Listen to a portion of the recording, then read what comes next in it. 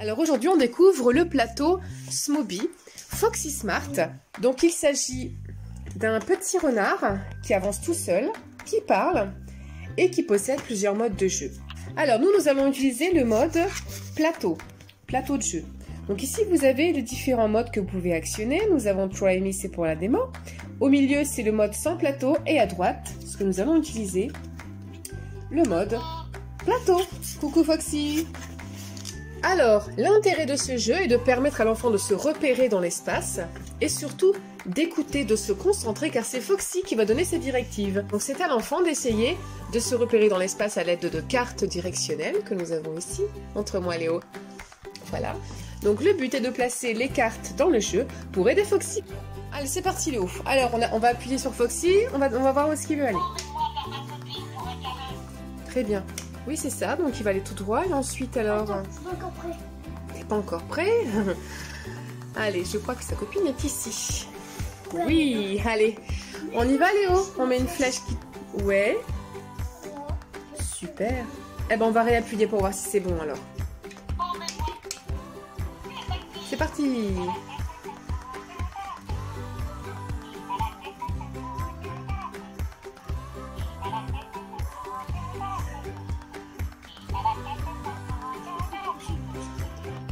Youpi! Super! Trop fort! Alors Foxy peut également, il possède plusieurs langues, vous voyez, c'est ici, on peut actionner le bouton anglais par exemple, ce qui permet d'initier les enfants à l'anglais. Donc ça c'est très bien, dès le plus jeune âge, d'apprendre un petit peu l'anglais. Alors ce qui est bien avec ce petit renard Foxy, c'est qu'il possède également un mode sans plateau.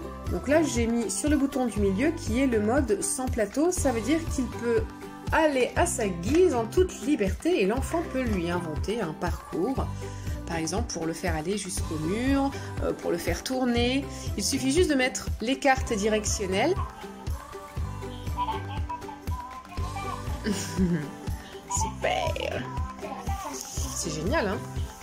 Tiens, hop là! Oh, vite, vite, vite, on va tourner, on va tourner, on va tourner! Tourne! Oh là là, t'es déjà fatigué. Donc ce qui est super vraiment, c'est qu'on peut le faire avancer comme un petit animal de compagnie finalement. On peut le faire avancer dans la chambre où on veut. Il clignote, il parle aussi anglais. Donc c'est vraiment super pour les petits, pour leur permettre de développer leur motricité, leur faculté à se concentrer, leur imagination aussi. Ça fait travailler l'imaginaire que de faire des parcours dans la pièce. On peut mettre des jouets pour le faire tourner autour de ses jouets. Donc c'est vraiment un petit compagnon de jeu idéal pour les petits, pour les aider à grandir, à s'affirmer et surtout les aider à s'épanouir tout simplement. N'est-ce pas Léo?